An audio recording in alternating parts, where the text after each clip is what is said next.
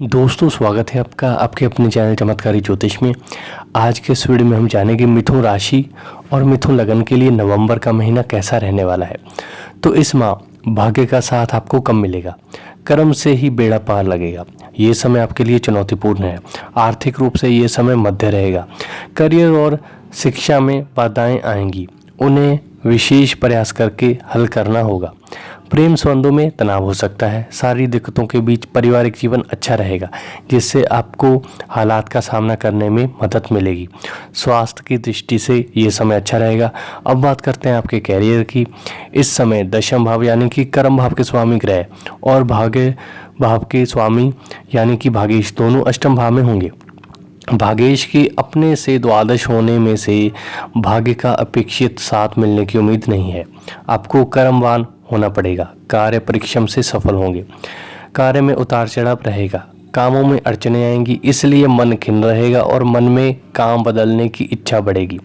कोई नया काम शुरू करने का समय बिल्कुल नहीं है। अपने काम पर ध्यान दें। थोड़ा परिश्रम तो करना ही पड़ेगा, लेकिन काम बनेंगे भी।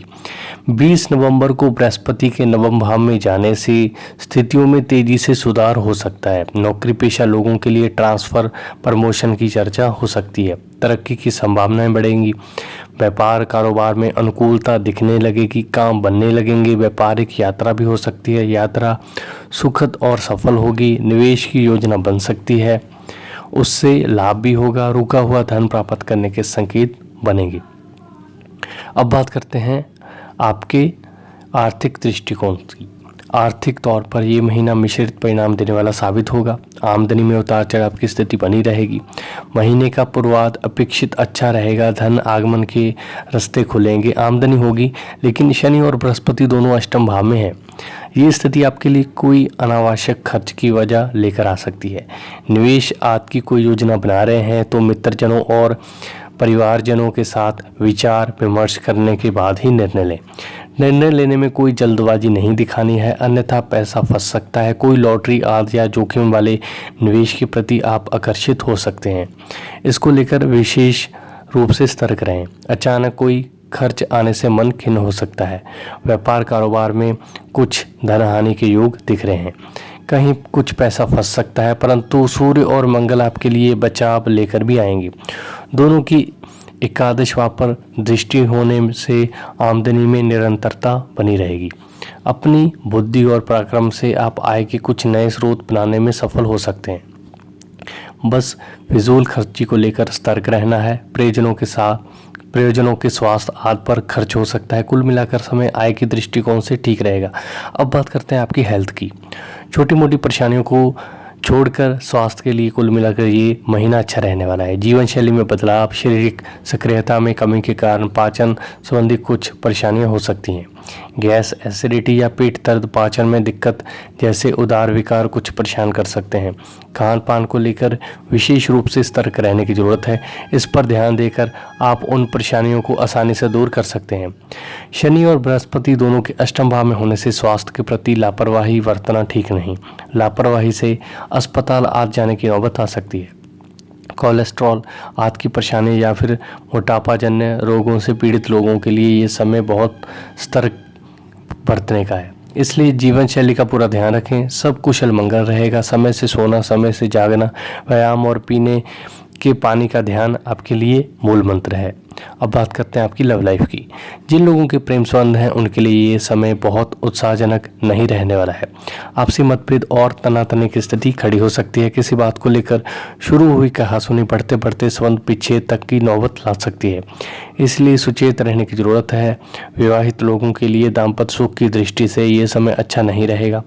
जीवन साथी के साथ अनबन हो सकती है। छोटी मोटी बातों को अनदेखा करने की कोशिश करें। हर बात पर प्रतिक्रिया देने का स्वभाव आपके लिए भारी साबित हो सकता है। सूर्य और मंगल दोनों ही उग्र प्रगति के ग्रह हैं। दोनों के पंचम भाव में होने से रिश्तों में झगड़े की आशंका बन सकती है। महीने के उत्तरार्ध में सूर्य का राशि परिवर्तन करके छठे भाव में चले जाने से शुक्र के सप्तम भाव में होने से स्थितियों में सुधार होगा। प्रेम विवाह का प्रस्ताव देने के लिए अच्छा समय है। विवाह की इच्छा रखने वालों के विवाह के प्रस्ताव मिलेंगे। विवाह आदि की जो बात चल रही थी उसमें तेजी आएगी। विवाहित जातकों के लिए अच्छा समय रहेगा। सप्तम में शुक्र की स्थिति दाम्पत्य जीवन में रस खोलने का काम करेगी। पुराने मतभेद दूर होने शुरू होंगे। प्रेम संबंधों में मधुरता आएगी। विवाहित लोगों को दाम्पत्य सुख मिलेगा। संतान पक्ष को लेकर कोई चिंता हो सकती है। संतान की पढ़ाई या स्वास्थ्य आदि को लेकर कुछ परेशानियां हो सकती हैं। अब बात करते हैं आपके पारिवारिक जीवन की। पारिवारिक जीवन के लिए कुल मिलाकर समय आनंददायक रहने वाला है। महीने की शुरुआत में बुध की चतुर्थ भाव में स्थिति रहेगी। इससे घर का सुख मिलेगा। घर परिवार में मधुरता का वातावरण रहेगा। किसी मांगलिक आयोजन की चर्चा हो सकती है। परिजनों के साथ मेल मिलाप होगा।